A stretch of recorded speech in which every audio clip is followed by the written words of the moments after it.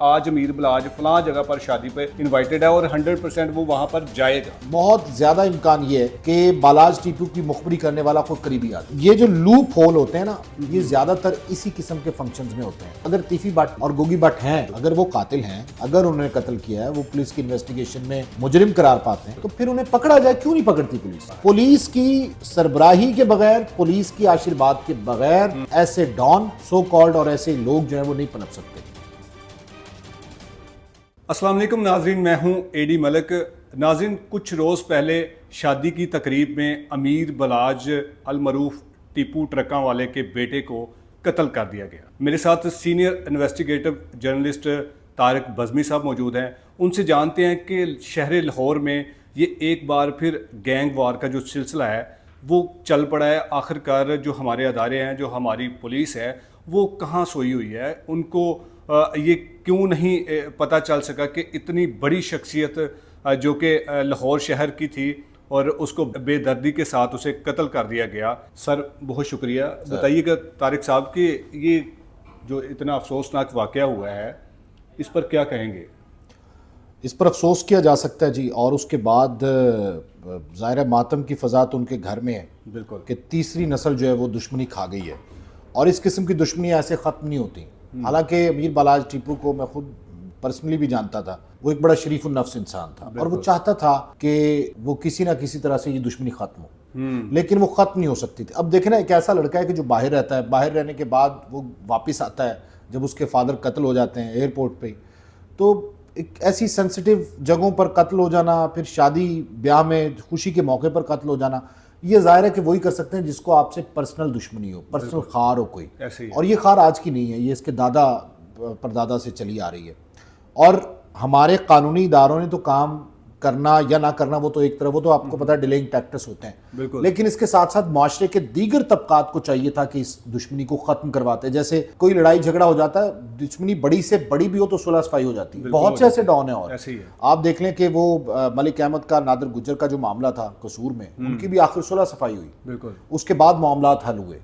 اور اس کے ساتھ ساتھ لاہور میں بہت سے ایسے ڈان ہیں جو پرانے وقتوں کے، یہ آپ کو پتہ ہے کہ یہ ڈان والا زیادہ سلسلہ شروع ہوا تھا عابد باکسر سے پہلے، اس کے بعد اس کو لانچ کیا گیا اور سارا معاملہ ہوا، میٹر ہوا۔ اس میں کئی پولیٹیکل جماعتوں نے بھی اپنا اپنا فائدہ اٹھایا۔ بالکل۔ تو کئی لوگ، میں سوشل میڈیا پہ دیکھ رہا تھا، کئی لوگ اس کو جوڑ رہے تھے اس کے ساتھ کہ تحریک انصاف چھوڑ کر نون میں شامل ہوا، اور یہ معاملہ ایسا کچھ نہیں ہے۔ یہ ان کی پرسنل اور ذاتی دشمنی تھی، اور ذاتی دعوت اور رنجش جو ہے وہ اس حد تک چلی گئی۔ اور ذاتی دشمنی میں ہمارے معاشرے کے دیگر طبقات کو انوالو ہونا چاہیے، کلوز فرینڈز کو انوالو ہونا چاہیے، بڑی آرگنائزیشنز کو انوالو ہونا چاہیے۔ ادارہ جو آپ بات کر رہے ہیں نا، ادارے تو بعد میں انوالو ہوتے ہیں جب کوئی مرڈر ہو گیا یا انسیڈنٹ ہو گیا تو اس کے بعد ابھی بہرحال پرتیں کھلنی چاہیے۔ وہ میں دیکھ رہا ہوں وہ نہیں کھل رہی کہ انفارم کس نے کیا، کس سے کالز ہوئیں، وہ بڑی ایک مشکوک اطلاعات اور مختلف قسم کی متضاد اطلاعات موجود۔ طارق صاحب، چونکہ آپ کو پتہ ہے کہ جو بھی شخص کسی کی شادی میں یا کسی کے ایسے فنکشن میں جاتا ہے تو وہ صرف اور صرف اس کو پتہ ہوتا ہے یا اس کے گھر والوں کو پتہ ہوتا ہے کہ آج میں نے کہاں جانا ہے۔ اب جب چونکہ امیر بلاج اپنے گھر سے وہاں شادی کے لیے روانہ ہوتا ہے اور وہاں چلا جاتا ہے، اور جو قاتل ہے وہ وہاں پر موجود ہوتا ہے یا پھر اسے وہاں پر پہنچایا جاتا ہے، لیکن امیر بلاج کی شادی میں جانے کی جو اطلاع تھی وہ آپ کیا سمجھتے ہیں کہ کون دے سکتا ہے کہ جی آج امیر بلاج فلاں جگہ پر شادی پہ انوائٹڈ ہے اور 100% وہ وہاں پر جائے گا؟ اچھا، آپ کو یاد ہوگا سیکیورٹی کے معاملات میں نا، جو شادی بیاہ کے فنکشن ہیں اس میں جو ہائی پروفائل پرسنالٹیز ہیں وہ بھی جانے سے گریز کرتی ہیں۔ بالکل۔ اس کی وجہ ہے کہ شادی میں لوپ ہول ہوتا ہے اس کی سیکیورٹی میں، اور امیر بالاج ٹیپو جس جگہ جا رہا تھا میں بھی وہاں سے اطلاع لیک ہو گئی ہو۔ ہمارے ہاں یہ بھی تو ہے نا کہ کوئی وڈیرا یا کوئی بدماش کوئی بڑا آدمی آ رہا ہے تو ہم بتاتے ہیں لوگوں کو کہ یار وہ آئے گا، وہ فلاں آ رہا ہے، تو میں بھی اس طرف سے کوئی لیک ہو، میں بھی کہ جو ان کے گارڈز ہیں ان کی طرف سے ہوئی ہو، تو انویسٹیگیشن تو سب کی کرنی چاہیے۔ آپ کو یاد ہوگا ملک اسد کھوکر صاحب جو ابھی جیتے ہیں الیکشن، وہ وزیر تھے اس وقت، وزیر اعلیٰ عثمان بزدار وہاں پہ گئے تھے، اور ان کے بھائی اللہ انہیں غریق رحمت کرے، ان کو فائر مار کے قتل کر دیا تھا، اور وہ شخص تھا کہ جو گھر میں ہی رہتا تھا، ایسے ہی ہے، ٹھیک ہے، تو اس نے اپنی پرانی دشمنی کا بدلہ لیا تھا۔ تو یہ شادی بیاہ میں اسی وقت پھر عثمان بزدار صاحب وزیر اعلیٰ جو تھے وہاں سے نکلے فوری۔ تو یہ جو لوپ ہول ہوتے ہیں نا، یہ زیادہ تر اسی قسم کے فنکشنز میں ہوتے ہیں، اسی قسم کی تقریبات میں ہوتے ہیں۔ تو اسی لیے بہت سی جو پرسنالٹیز ہیں सेंसिटिव कह लें, वो ऐसे फंक्शंस में नहीं जाती, वो शादी ब्याह की तकरीबात में नहीं जाती, क्योंकि ज़ाहिर है वहाँ बच्चे भी हैं, बड़े भी हैं। अब बालाज टीपू का नाम तो बच्चा बच्चा जानता लाहौर में, बिल्कुल, और वो फ़ख्र करता है। कई लोग तो वहाँ पे इसलिए खड़े थे कि तस्वीरें बनवा लें। ऐसे ही है। तो इस वजह से ये नहीं कहा जा सकता कि किसकी तरफ से लीक हुई है, पर बहुत ज़्यादा इम्कान ये है कि बालाज टीपू की मुखबरी करने वाला कोई करीबी आदमी है, उसका अपना ही हो सकता है। उसका अपना हो सकता है। बिल्कुल। अच्छा सर, ये भी मुझे बताइए कि जो ख़ानदानी दुश्मनी होती है, इसके बारे में आप क्या कहेंगे कि ख़ानदानी दुश्मनी अगर किसी को विरासत में मिल जाती है तो उससे उसको फ़ायदा होता है या फिर नुकसान होता है? जहालत है जी सबसे बड़ी, मैं तो समझता हूँ। ख़ानदानी दुश्मनी, आजकल एक ड्रामा चल रहा है, आप देखें खई, बिल्कुल, ये अफ़गानियों में ज़्यादा रस्म होती थी कि अगर आपने किसी का कत्ल किया तो वो आपकी सारी नस्ल तबाह करेंगे और आप बेटी को उठा के ले जाते थे। ये उसी पे स्टोरी बनी। अब तो वो भी ख़त्म हो गया। अब तो पठानों ने इस चीज़ को तस्लीम कर लिया। वो लोग जो बदला ज़्यादा लेते थे, जो और मुसलमान जो कत्ल के बदले कत्ल करते हैं, हमारा दीन कहता है, तो उसमें भी एक दियत की रस्म जो है वो रख दी गई, ये कानून रख दिया गया और कानून दियत मौजूद है। बिल्कुल। तो फिर उस तरफ क्यों जाते हैं कि अब इसने कत्ल किया तो हम भी कत्ल करेंगे? तो ये एक ज़िद, अना और हठधर्मी है और कुछ नहीं है। माफ़ करने वाला हमेशा बड़ा होता है। बिल्कुल। तो माफ़, जब हमने माफ़ करना सीखा ही नहीं, हम रवैये बर्दाश्त नहीं करते लोगों के, लोगों को माफ़ नहीं करते, तो ये इस वजह से ज़्यादा काम ख़राब हो जाता है और फिर दुश्मनियाँ बहुत से लोग निकल जाती हैं और कई लोग जो हैं वो जेल में ज़िंदगी गुजारने पर मजबूर होते हैं।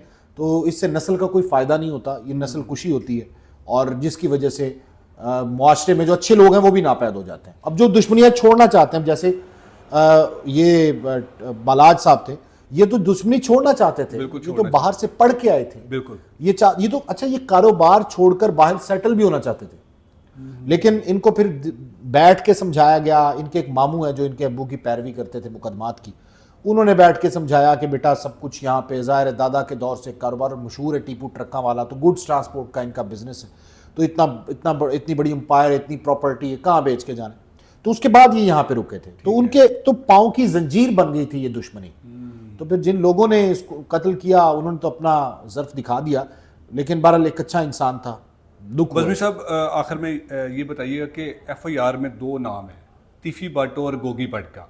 क्या आप समझते हैं कि अमीर बलाज के कत्ल के पीछे इनका हाथ होगा? अच्छा, मैं तो कोई ऐसी स्टेटमेंट नहीं दूंगा, आप जो चाह रहे हैं।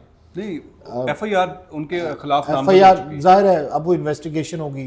अच्छा, बाज़ औक़ात ये होता है, बहुत से ऐसे केसेस मैंने देखे हैं क्राइम स्टोरीज कवर करते वक्त, आप भी करते हैं, आपने भी देखे होंगे, कि जब पता चल जाता है ना कि अगर इस शख्स को कत्ल कर दिया जाए तो शक दूसरी इस पे जाएगा, तो वो तीसरी पार्टी भी कत्ल कर देती है। हाँ, और उस मौके का फ़ायदा उठा लेती है। क्यों? और जो बाकी लोग बचते हैं तो वो फिर ज़ाहिर है उसका खमियाजा भी भुगतते हैं और इसके साथ साथ वो फ़ायदा भी उठाते हैं।